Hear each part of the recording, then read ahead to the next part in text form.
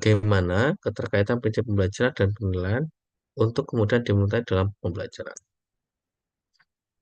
Antara kurikulum, antara pembelajaran dan asesmen itu menjadi satu kesatuan, Bapak Ibu ya. Dan harapannya dalam konteks ini, Bapak Ibu, semua itu akan tertuju dalam profil belajar Pancasila.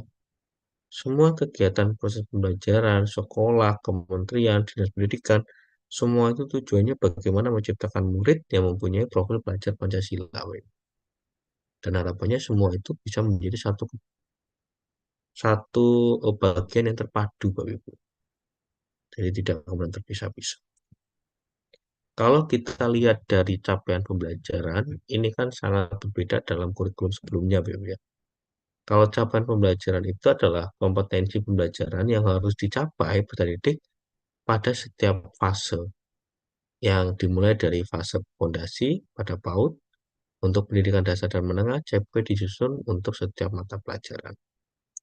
Intinya CP itu kompetensi pembelajaran dalam satu fase, dan satu fase itu kalau di sekolah dasar itu 2 tahun. Gitu ya. Tapi kalau di SMP itu 3 tahun, kalau di SMA itu fase E kelas 10 dan fase F itu kelas 11 dan 12. Jadi itu pembagian fasenya Bapak Ibu,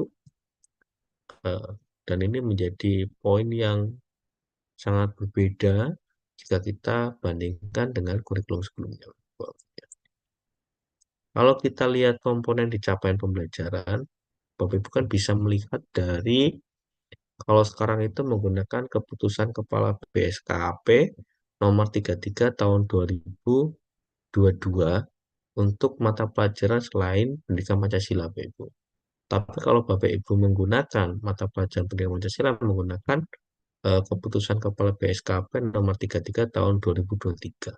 Kalau kita baca Bapak Ibu dalam komponen capaian pembelajarannya, di situ akan memuat tentang rasional mata pelajaran. Artinya mengapa mata pelajaran itu dipelajari gitu ya. Terkaitan antara mapel itu dengan profil belajar Pancasila apa. Kemudian ada kolom tentang tujuan mata pelajarannya. Ada kolom tentang karakteristik mata pelajarannya. Ada kolom tentang capaian dalam setiap fase secara keseluruhan. Ada kolom tentang capaian dalam setiap fase menurut elemen. Biasanya Bapak Ibu itu tuh hanya melihat yang capaian dalam setiap fase menurut elemen gitu ya. Karena nanti akan yang dirujuk ke dalam modul ajar gitu. Tetapi sebenarnya kita sebagai guru, kita itu perlu untuk melihat secara utuh gitu. Karena setiap mata pelajaran itu punya karakteristik yang berbeda-beda. Dan karakteristik itu pun juga sama dalam proses penurunan ke elemennya, Ibu. Dalam setiap mata pelajaran, penurunan elemennya itu berbeda-beda, Ibu. Punya karakteristik masing-masing. Maka kita sebagai guru, Ibu, coba kita baca secara runtut tentang capaian pembelajaran dari mulai rasional sampai dengan capaian dalam setiap fase. Nanti kita akan temukan bahwa, oh ternyata setiap mata pelajaran itu punya karakteristik masing-masing. Kalau kita lihat elemennya saja, Bapak Ibu ya, itu menurut saya ya karakternya berbeda-beda. Contohnya nih, kalau di dalam elemennya bahasa Indonesia itu ada 4 elemen. Ada menyimak, ada membaca dan memirsa, ada berbicara dan mempresentasikan, dan ada menulis. Dan kalau dalam elemennya bahasa Indonesia, Bapak Ibu, itu dari 4 elemen itu kita bisa membagi menjadi 2, yaitu elemen reseptif dan elemen produktif. Reseptif itu yang menyimak dan juga membaca dan memirsa, tetapi produktif itu yang berbicara dan melestarikan dan menulis. Dan pada waktu kita penuangan ke modul ajar ataupun ke tujuan pembelajaran, itu antara elemen reseptif dan elemen produktif itu sangat terkait, Bapak Ibu. Berbeda dengan elemen yang ada di capaian pembelajaran matematika. Kalau matematika, Bapak Ibu, itu eh, poinnya itu lebih kepada konten ya, materi gitu. Jadi materi bilangan, materi aljabar, materi pengukuran, materi geometri, dan materi analisis data dan peluang. Itu pun sama dengan pendidikan Pancasila, Bapak. Ada 4 elemen itu. Ada UUD, ada NKRI, ada Pendidikan Pancasila, sama Bhinneka Tunggal Ika. itu elemennya itu isinya tentang konten. Jadi pada waktu penuangan ketujuan pembelajaran itu lebih mudah gitu karena langsung ke konten. Tapi beda lagi sama IPA. IPA itu elemennya tentang pemahaman, IPA dan juga keterampilan proses. Yang menurut saya ini tuh saling terkait gitu, Bapak Ibu. Antara elemen pemahaman dan juga keterampilan proses, Bapak Ibu. Kalau di SD berarti IPAS itu ya, itu saling terkait. Jadi nggak bisa dipisahkan dalam proses penuangan ketujuan pembelajaran, Bapak Ibu. Nah, itu karakter-karakter yang semacam itu yang perlu kita pahami secara lebih baik, Bapak Ibu. Ya, jadi ini yang poin penting, Pak. Contohnya ini bahasa-bahasa yang ada dalam capaian pembelajaran. Saya ambil itu yang fase D ya, ya IPA gitu. Kan ada pemahaman IPA dan juga ada keterampilan proses. Dan pemahaman IPA itu lebih kepada kontennya, keterampilan proses itu lebih kepada proses kita menemukan sesuatunya itu.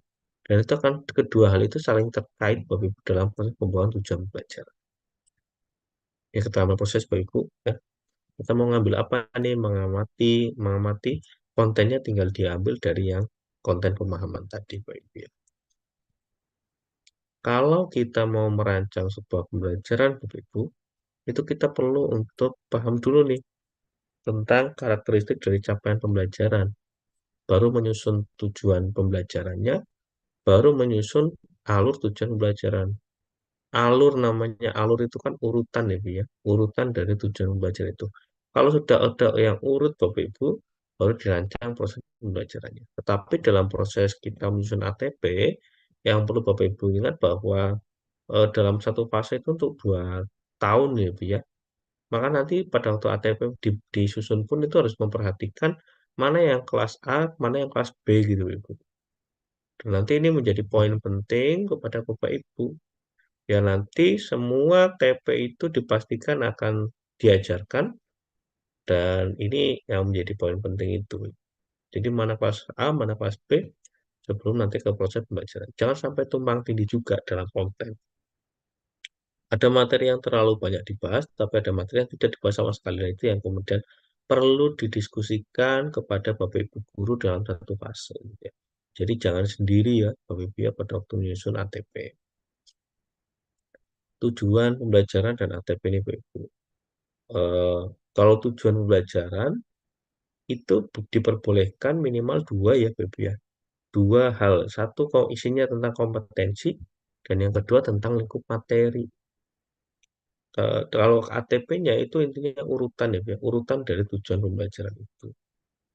Dan kalau kita mau memberikan contoh tentang pembuatan tujuan pembelajaran, ada yang kemudian tujuan pembelajaran itu langsung ya, dirumuskan tujuan belajar secara langsung dari CP gitu.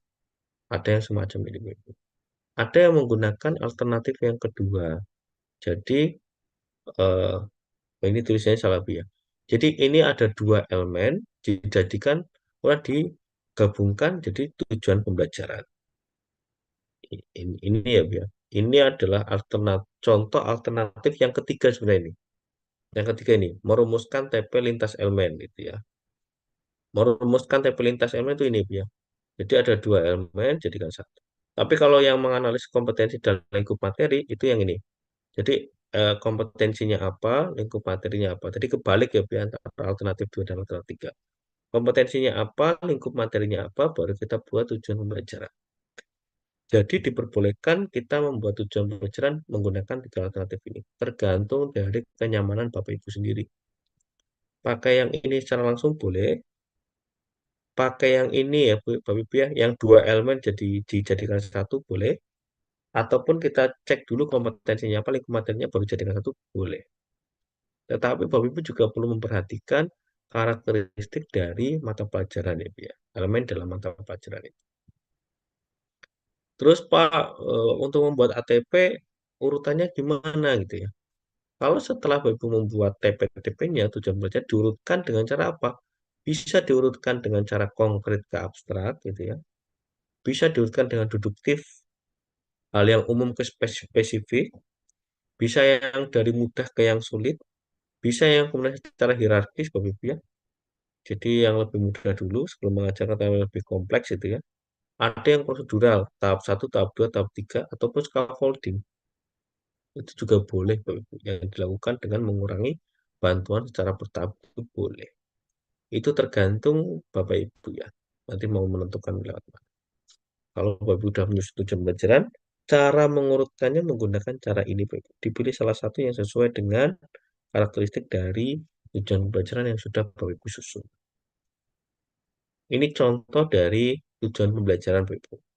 Jadi sudah dianalisis tujuan pembelajaran seperti ini. Dan kalau seandainya ATP itu urutan begini Bu. Wow, alur tujuan pembelajaran, urutannya gitu. Dalam satu fase itu seperti apa? Urutan materi lah, urutan tujuan pembelajaran. Dalam satu fase itu seperti apa? Ini urutannya seperti ini.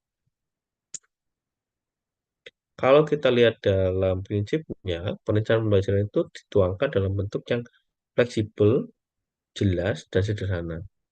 Maka harapannya Mas Menteri itu sebenarnya Bapak Ibu membuat yang sederhana, tetapi Bapak Ibu paham apa yang nanti akan Bapak Ibu ajarkan. Daripada Bapak Ibu membuat yang agak banyak, tapi Bapak Ibu nggak paham apa yang nanti akan diajarkan gitu. Jadi pengennya itu sebenarnya sederhana, tetapi bisa kemudian diajarkan oleh Bapak Ibu. Maka kemudian di dalam pedoman asesmen, itu tuh kalau saya Bapak Ibu membuat RPP, minimal 3 langkah ini. Tujuan langkah-langkah asesmen gitu.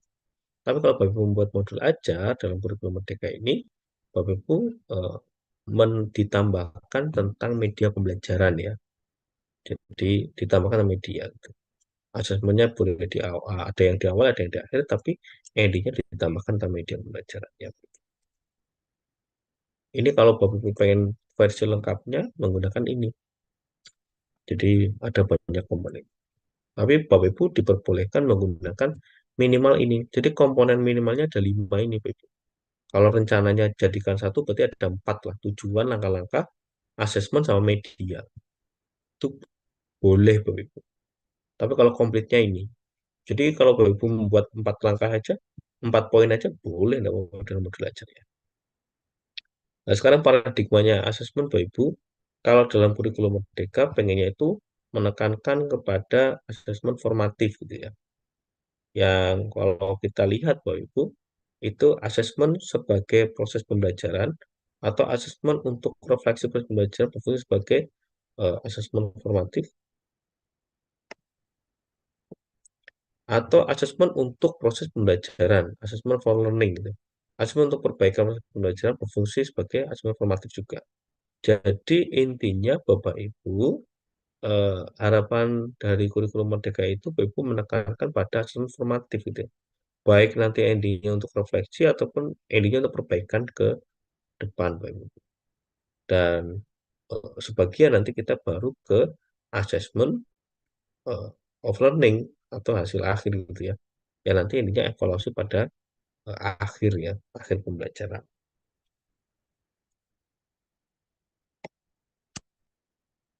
Kalau kita lihat karakteristiknya Bapak Ibu, kalau formatif itu dia terpadu dengan proses pembelajaran, artinya dia menyatu ya dalam proses pembelajaran. Jadi kalau misalnya kita bermain drama, berarti pada waktu latihan itu formatifnya. Ya.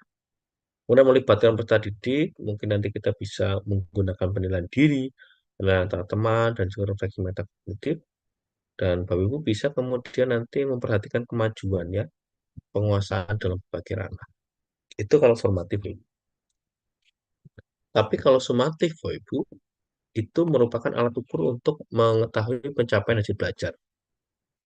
Kalau dalam konteks ini berarti alat ukur untuk mencapai ketercapaian dari tujuan pembelajaran. Sumatif itu, Bapak Ibu.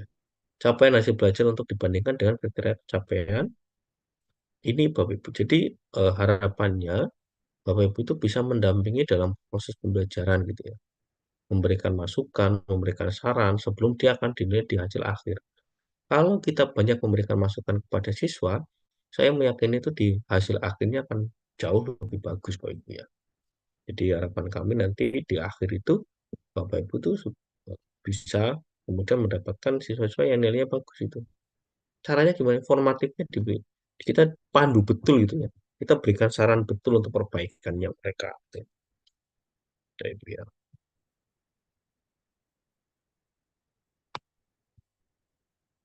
Pelaksanaan formatif dan sumatif. Hal yang harus diperhatikan dalam melaksanakan formatif. Dilakukan secara terus-menerus bersama dengan proses pembelajaran, menggunakan berbagai teknik asesmen sesuai dengan target pada tujuan pembelajaran, lalu memberikan umpan balik, baik itu untuk peserta didik maupun pendidik, berorientasi pada perubahan. Ya. Kemudian dilakukan untuk mengkonfirmasi capaian pembelajaran. Ini kalau yang sumatif Ibu ya, itu dilakukan untuk mengkonfirmasi capaian pembelajaran, hasilnya akan digunakan sebagai bahan pengolahan laporan hasil belajar. Jadi nanti untuk yang rapot Bapak Ibu itu mengambil dari sumatif ya. Pemberian umpan balik tetap dilakukan walaupun data hasil pengukuran capaian telah dilakukan menggunakan dengan berbagai teknik asesmen. Jadi inti poinnya sebenarnya kalau formatif itu dia itu masuk dalam proses belajar dan memberikan masukan ya, memberikan masukan, memberikan saran gitu ya, agar nanti pada waktu sumatifnya bisa berjalan dengan baik dan juga nanti sumatif itu sebagai nilai akhir untuk melihat ketercapaian dari tujuan pembelajaran. Dan akhirnya nilai sumatif itu yang nanti akan digunakan untuk nilai rapot Pak Ibu ya.